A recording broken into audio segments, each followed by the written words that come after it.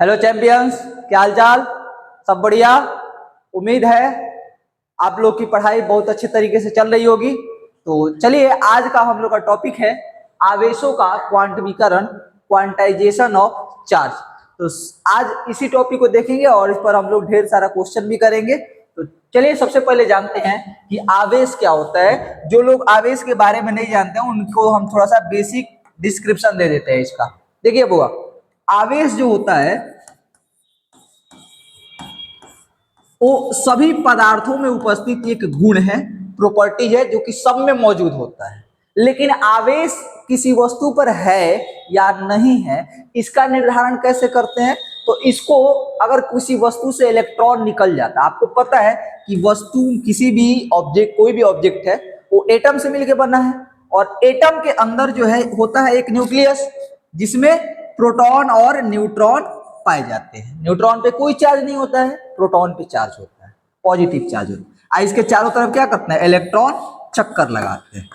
तो देखिए, न्यूक्लियस को तो कोई तोड़ नहीं सकता है। न्यूक्लियस से जो भी, न्यूक्लियस के अंदर जो भी होता है उसके अंदर से कुछ भी बाहर नहीं जा सकता है। इसका मतलब है कि प्रोटॉन और न्यूट्रॉन तो निकल नहीं सकते हैं, पॉजिटिव चार्ज जा नहीं सकता है। तो जाता कौन है जी? तो इलेक्ट्रॉन जाता है। इलेक्ट्रॉन जाता है तो जाएगा तो निगेटिव चार्ज लेके जाएगा, आएगा तो निगेटिव चार्ज लेके आ जाएगा। ठीक है, तो किसी वस्तु पर अगर निगेटिव चार्ज आया है इसका मतलब है इलेक्ट्रॉन आया है। ठीक है, आवेश इलेक्ट्रॉन अगर आया तो कौन सा चार्ज आएगा? निगेटिव चार्ज आएगा। ठीक है, अगर इलेक्ट्रॉन गया तो कौन सा चार्ज आएगा उस पर? पॉजिटिव चार्ज आएगा। अच्छा, इलेक्ट्रॉन का मास होता है कि नहीं होता है? होता है। इलेक्ट्रॉन के पास मास होता है। और बात करें कौन सा चार्ज होता है, तो नेगेटिव चार्ज होता है। ठीक है, बस ध्यान रखिएगा, कभी भी किसी बॉडी पे चार्ज आता है, कभी भी किसी ऑब्जेक्ट पर चार्ज आता है तो वह इलेक्ट्रॉन के कारण आता है, ट्रांसफर ऑफ इलेक्ट्रॉन के कारण आता है। किसी बॉडी से अगर दूसरे बॉडी में चार्ज जा रहा है तो कम से कम चार्ज कितना जाएगा? एक इलेक्ट्रॉन चार्ज जाएगा। इलेक्ट्रॉन का पार्शियल चार्ज नहीं होता है। हालांकि लाइट का जब आगे आप कॉन्सेप्ट पढ़िएगा तो उसमें पार्शियल चार्ज होता है, E/3 2E/3 ऐसा करके चार्ज होता है। लेकिन अभी जो आपको पढ़ना है, इलेक्ट्रॉन का कोई भी पार्शियल चार्ज नहीं होता। ठीक है, कम से कम एक इलेक्ट्रॉन, नहीं तो दो इलेक्ट्रॉन, नहीं तो तीन इलेक्ट्रॉन, इस टाइप का चार्ज होगा। तो इसी से संबंधित आवेशों का क्वांटमीकरण एक सिद्धांत दिया गया, एक प्रिंसिपल दिया गया, principle of quantization of charge. कहां से लाया गया भैया इसको? तो इसको लाया गया, क्वांटाइजेशन ऑफ चार्ज को हम लोग सबसे पहले अगर देखें प्रिंसिपल, किस सिद्धांत से देखा गया इसको, तो फैराडे के सिद्धांत से देखा गया। ठीक है, फैराडे के सिद्धांत में सबसे पहले हमको ये देखने को मिलता है। लेकिन बताइए, किसी किताब में मिल गया तो हम इसको सही थोड़ी मान लेंगे। इसको कोई प्रैक्टिकल एक्सपेरिमेंट द्वारा इसको प्रूव किया जाना चाहिए कि नहीं किया जाना चाहिए? किया जाना चाहिए। तो ये प्रैक्टिकली रूप से ये कब जो जाके सिद्ध हुआ, किस प्रयोग द्वारा सिद्ध हुआ? एगो साइंटिस्ट थे अमेरिका में, R.A. मिलिकन। और मिलिकन का जो है, आप लोग जब भी नाम सुनते होंगे तो इनका एक एक्सपेरिमेंट है जिसको बोलते हैं ऑयल ड्रॉप एक्सपेरिमेंट, तेल बूंद प्रयोग विधि।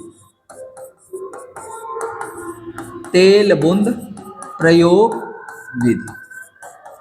तो इसी से जो है यह जो सिद्धांत है आवेशों का क्वांटमीकरण लाया गया है। ठीक है, अब बात कर लेते हैं थोड़ा सा हम लोग कि क्वांटाइजेशन ऑफ चार्ज को किस तरह से हम लोग प्रेजेंट करते हैं।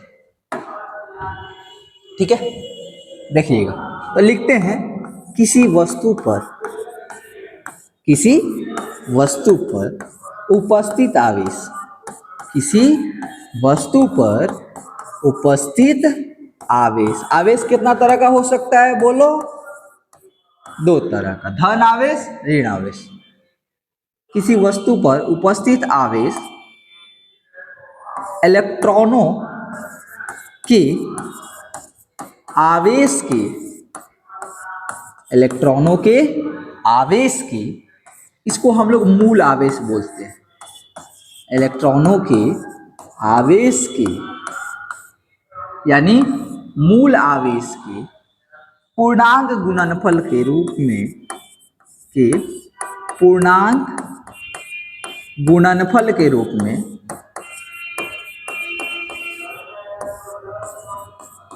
होता है। माने या तो एक इलेक्ट्रॉन चार्ज होगा, दो गो इलेक्ट्रॉन चार्ज होगा, तीन गो इलेक्ट्रॉन चार्ज होगा ना। अगर किसी वस्तु से एक इलेक्ट्रॉन निकल रहा है तो एक इलेक्ट्रॉन प्लस चार्ज आएगा, दो इलेक्ट्रॉन निकल रहा है तो दो इलेक्ट्रॉन प्लस चार्ज आएगा, तीन इलेक्ट्रॉन निकल रहा है तो तीन इलेक्ट्रॉन प्लस चार्ज आएगा। अच्छा, जिस वस्तु पर चार्ज जा रहा है उस वस्तु पर एक इलेक्ट्रॉन चार्ज आया तो एक इलेक्ट्रॉन माइनस चार्ज आया, दो इलेक्ट्रॉन चार्ज आया तो दो इलेक्ट्रॉन माइनस चार्ज आया। अब बताइए 3.5 इलेक्ट्रॉन को वो माइनस चार्ज आ सकता है? नहीं आ सकता, नहीं आ सकता है। तो ध्यान रखिए, किसी वस्तु से इलेक्ट्रॉन निकला हटाक हटाक, ठीक है, किसी वस्तु से इलेक्ट्रॉन कैसे निकला? हटाक हटाक। तो अगर इलेक्ट्रॉन निकला तो इस पर कौन सा चार्ज आया? पॉजिटिव चार्ज, ठीक है। अच्छा, इलेक्ट्रॉन निकल करके आ गया इसमें, खचाक खचाक इलेक्ट्रॉन आ गया इसमें। तो जैसे ही इलेक्ट्रॉन आया इसमें तो इस पर कौन सा चार्ज आ गया? तो निगेटिव चार्ज आ गया। कौन सा चार्ज आ गया? Negative charge. तो ट्रांसफर ऑफ चार्ज किसके माध्यम से हो रहा है? इलेक्ट्रॉन के माध्यम से। इसीलिए कोई भी वस्तु पर कोई भी आवेश आएगा वो इलेक्ट्रॉन के आवेश के पूर्णांक गुणनफल के रूप में होगा। इसको इंग्लिश में लिखते हैं, the net charge of an object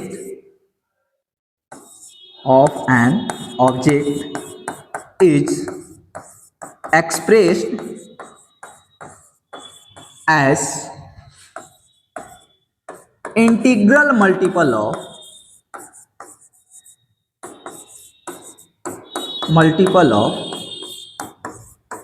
charge of electron।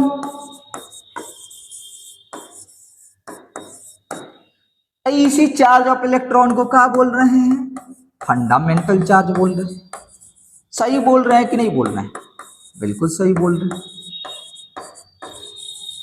ना, कि किसी भी बॉडी पर जो चार्ज होगा वो इलेक्ट्रॉन के चार्ज के इंटीग्रल मल्टीपल के बराबर होगा।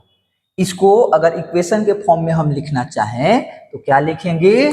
Q is equal to plus minus N E. कोई पूछे कि Q इज के बाद जो है प्लस माइनस क्यों लगाया गया है? ध्यान रखिएगा, अगर पॉजिटिव चार्ज है तो प्लस लगाएंगे, निगेटिव चार्ज है माइनस लगाएंगे। ई जो है यहाँ पे पॉजिटिव और निगेटिव दोनों हो सकता है, क्योंकि इलेक्ट्रॉन निकलेगा तो पॉजिटिव चार्ज आएगा, इलेक्ट्रॉन आएगा तो निगेटिव चार्ज आएगा। एन क्या है? तो एन जो है यहाँ पर इंटीजर है। इंटीजर को हिंदी में बोलते हैं बउआ पूर्णांक। पूर्णांक माने पूर्ण अंक, कंप्लीट नंबर होना चाहिए बउआ।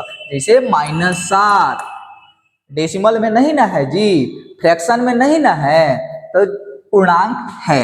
अगर डेसिमल हो, फ्रैक्शन हो तो पूर्णांक नहीं होगा। 1 हो गया, 2 हो गया, 3 हो गया, 18 हो गया, कुछ हो सकता है जी, कोई भी हो सकता है। लेकिन 3.5 पूर्णांक है? नहीं है। 4/7 पूर्णांक है? नहीं है। 10/5 पूर्णांक है? तो हो जाएगा, कहे कटा दीजिए। 2 हो गया, क्या हो गया? पूर्णांक हो गया कि नहीं हो गया? हो गया। तो Q is equal to plus minus N E. यहाँ पे हम लोग इसको इक्वेशन के फॉर्म में ऐसे करके लिखते हैं। अब यहाँ पे E जो बोले हैं आप पहले ही बता दिए, इलेक्ट्रॉन के चार्ज के बराबर कितना होता है? 1.6 इंटू 10⁻⁻19 कूलम, इतना चार्ज होता है। इसका मास कितना होता है?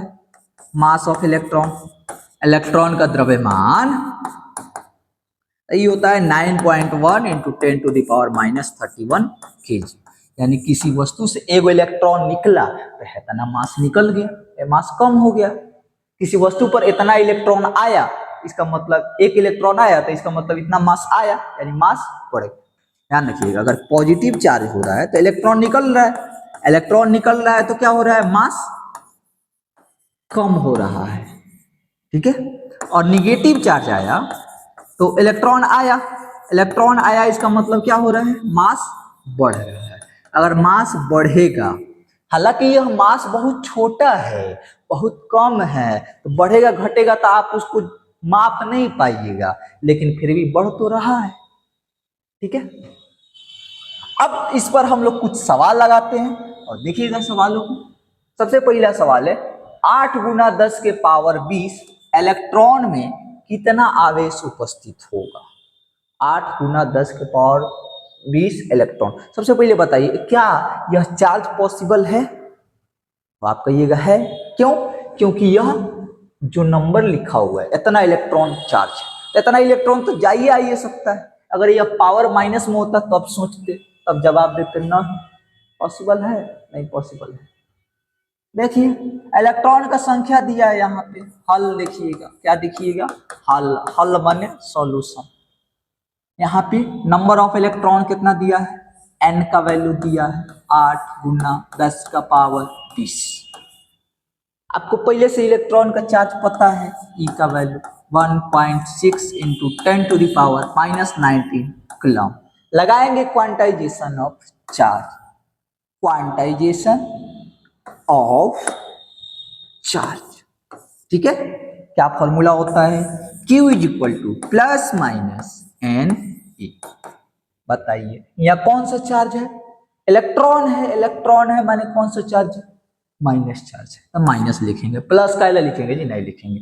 एन का वैल्यू डाल दीजिए 8 गुना 10 का पावर 20, ई का value 1.6 into 10 to the power -19 coulomb. गुणा कीजिए 1.6 में 8 से गुणा कीजिएगा तो ई हो जाएगा -1.28, सॉरी 12.8 हो जाएगा ना। गुणा 10 का पावर 20 है, 10 का पावर -19, पावर ऐड कर देंगे तो हो जाएगा 10, इसको गुणा कर दीजिएगा, ये हो जाएगा 128 -128 कूलम हो जाएगा सही आंसर। इतना इलेक्ट्रॉन पर इतना चार्ज होगा, कितना, -128 कूलम चार्ज होगा। ठीक है, अगला सवाल देखिए। कुछ सवाल हम बनवाएंगे, कुछ सवाल आप लोग को होमवर्क में देंगे। आप लोग को भी कुछ काम होना चाहिए कि नहीं होना चाहिए, होना चाहिए। सवाल है एक कूलम आवेश में कुल कितना इलेक्ट्रॉन होंगे। ठीक है, इस सवाल को आप बनाएंगे, जवाब हमको कमेंट बॉक्स में जरूर दीजिएगा। ठीक है, इसका अगला वाला सवाल हम बनवाते हैं। एक मोल इलेक्ट्रॉन में, वो एक इलेक्ट्रॉन था, उसको आप बनाइएगा, एक मोल इलेक्ट्रॉन में निकलते हैं। चलिए वो तो देखिएगा, सबसे पहले आपको एक मोल पता होना चाहिए क्या होता है। तो जैसे 1 दर्जन में 12 होता है ना जी, वही में एक मोल में 6.022 गुना 10 का पावर 23 होता है। अगर एक मोल इलेक्ट्रॉन का बात हो रहा है माने है तना इलेक्ट्रॉन, तो काफी का वैल्यू है बताओ तो, एन का वैल्यू है कि नहीं है, तो एन बराबर हो गया 6.022 गुना 10 का पावर 23 इलेक्ट्रॉन। हुआ कि नहीं हुआ, हो गया। अब आपको ई का वैल्यू आपको पहले से पता है 1.6 into 10 to the power -19 coulomb. यहां से क्या लगाइएगा, QOC, क्वांटाइजेशन ऑफ चार्ज आएगा, Q is equal to plus minus N E. यहाँ से n का वैल्यू रखेंगे, यहाँ से e का वैल्यू रखेंगे, और आप जब वैल्यू रखिएगा 6.022 into 10 to the power 23 into 1.6, इसके आगे होता है 02192 into 10 to the power -19 coulomb. जब इसको आप मल्टीप्लाई कीजिएगा तो ये आ जाएगा 96472। ठीक है, और जब इसको अगर सिमिलरली एस्टिमेट लगा कर लिखा जाए, अब है तरह कौन याद रखेगा, एस्टिमेट लगा के लिखिएगा तो आएगा 96,500 कूलम। आपको एक इंटरेस्टिंग बात बताएं, एक इंटरेस्टिंग बात ये है कि इस चार्ज के इस वैल्यू को हम लोग एक फैराडे बोलते हैं। फैराडे वही आदमी ना है जी जिसके सिद्धांत से ही आया है क्वांटाइजेशन ऑफ चार्ज। तो इस एक मोल इलेक्ट्रॉन पर जो चार्ज है 96,500 कूलम, इसी चार्ज को हम क्या बोलते हैं, एक फैराडे बोलते हैं। फैराडे माने वे वाला साइंटिस्ट। ठीक है, तो ध्यान रखिएगा। अब फैराडे जो है वो सबसे बड़ा मात्रक है किसका? चार्ज का। Biggest unit of charge, biggest unit of charge. दुनिया में इससे बड़ा ना मात्रक तक ले हुआ है, अभी तक ले तो नहीं हुआ, आगे देखा जाएगा। चलिए, तो ये तो ध्यान रखिएगा आगे से। एक फैराडे इक्वल टू 96,500 कूलम। ये क्या होता है? एक मोल इलेक्ट्रॉन में उपस्थित आवेश होता है। अगला सवाल देखते हैं। अगला सवाल है नाइट्रोजन के नाभिक में उपस्थित धन आवेश ज्ञात करें। अभी बताए हैं आप, कोई भी परमाणु है तो परमाणु के अंदर होता है नाभिक, और नाभिक में पाया जाता है प्रोटॉन प्लस न्यूट्रॉन। न्यूट्रॉन पे चार्ज होता है? नहीं। प्रोटॉन पे चार्ज होता है? होता है। कौन सा चार्ज होता है? प्लस चार्ज होता है। अब प्रोटॉन कई गो होता है नाइट्रोजन में? जितना परमाणु संख्या होता है, कई गो परमाणु संख्या है? 7 गो है। 7 गो है, इसका मतलब प्रोटॉन भी कितना है? 7 गो है। प्रोटॉन माने चार्ज किसका लेंगे? प्रोटॉन का चार्ज लेंगे। यहाँ प्रोटॉन पर भी चार्ज कितना होता है? इलेक्ट्रॉन के चार्ज के बराबर 1.6 × 10⁻⁻19 कूलम। यहां से टोटल चार्ज निकाल दीजिएगा, क्या लगाइएगा? QOC, क्वांटाइजेशन ऑफ चार्ज लगाएंगे। Q equal to N E, यहाँ पे प्लस N ही होगा, पॉजिटिव चार्ज है ना, प्लस N का वैल्यू 7, E का वैल्यू 1.6 × 10⁻⁻19 कूलम। मल्टीप्लाई कर दीजिएगा बुआ, गुणा करेंगे तो 11.2 × 10⁻⁻19 कूलम। यही हो जाएगा सही आंसर। अगला सवाल है, निम्न में से कौन सा आवेश संभव है और कौन सा आवेश संभव नहीं है, बताना है आप लोग को। चलिए देखते हैं इसको। पहले का नंबर ऑप्शन है 4.8 इलेक्ट्रॉन। क्या इतना चार्ज पॉसिबल हो सकता है? 4.8 इलेक्ट्रॉन पहले बताओ, पॉसिबल हो सकता है? नहीं हो सकता है। क्या नहीं हो सकता है? कैसे इलेक्ट्रॉन जाएगा तो 1 इलेक्ट्रॉन जाएगा, 2 जाएगा, 2.5 गो थोड़ी जाएगा जी, 2.3 इलेक्ट्रॉन थोड़ी जाएगा, नहीं जाएगा। तो यह चार्ज पॉसिबल है? नहीं है। पॉसिबल है? नहीं है। ठीक है। अच्छा, 4.8 कूलम चार्ज पॉसिबल है पॉसिबल है। अगर आपको केवल कूलम में कोई चार्ज लिखल है, ठीक है, कोई भी चार्ज लिखा हो कूलम में, तो उसको आप सही टिक करके आइए, कितना हो लिखल हो, 1.23, कोई भी कूलम में लिखा है माने पॉसिबल है। ठीक है, तो यह पॉसिबल है। अगर इलेक्ट्रॉन में लिखा है डेसिमल में तब पॉसिबल नहीं है। ठीक है, जैसे ही 3.0 इलेक्ट्रॉन है, बताओ 3.0 का मतलब क्या होगा? 3 इलेक्ट्रॉन। पॉसिबल है कि नहीं है? अच्छा, ये 5 × 10⁻³ कूलम है। क्या बोले आपको बोले कि कितना और लिखल हो, पॉसिबल है, कूलम में लिखा होना चाहिए बस। हाँ, अब एक बार 10⁻20 मत कर दीजिएगा, उतना कीजिएगा तो पॉसिबल आएगा? नहीं आएगा। आप चाहे तो n का वैल्यू निकाल सकते हैं। n का वैल्यू अगर इंटीजर आएगा, यहाँ से n निकाल लीजिएगा। इंटीजर आता है तो चार्ज पॉसिबल है, नहीं आता है पॉसिबल नहीं है। 8 कूलम चार्ज पॉसिबल है कि नहीं है? पॉसिबल है। ध्यान रखिएगा, इलेक्ट्रॉन का वैल्यू अगर डेसिमल में दिया है, फ्रैक्शन में दिया है, चार्ज पॉसिबल नहीं होगा। कूलम में दिया है, चार्ज पॉसिबल हो जाएगा, लेकिन ज्यादा पावर में कर दिया है माइनस में, तब चार्ज पॉसिबल नहीं होगा। तो बस यह हम लोग का लास्ट स्लाइड था। उम्मीद करते हैं आप लोग को क्वांटाइजेशन ऑफ चार्ज समझ में आया होगा। वीडियो पसंद आया हो तो चैनल को सब्सक्राइब कर लीजिएगा। आगे के लिए आपको बहुत ढेर सारे वीडियो इस तरह के मिलते रहेंगे, और अपने दोस्तों के पास शेयर जरूर कीजिएगा, ताकि आपके तरह वो भी कुछ ना कुछ फायदा उठा पाए। बहुत बहुत धन्यवाद। मिलते हैं फिर अगले वीडियो में।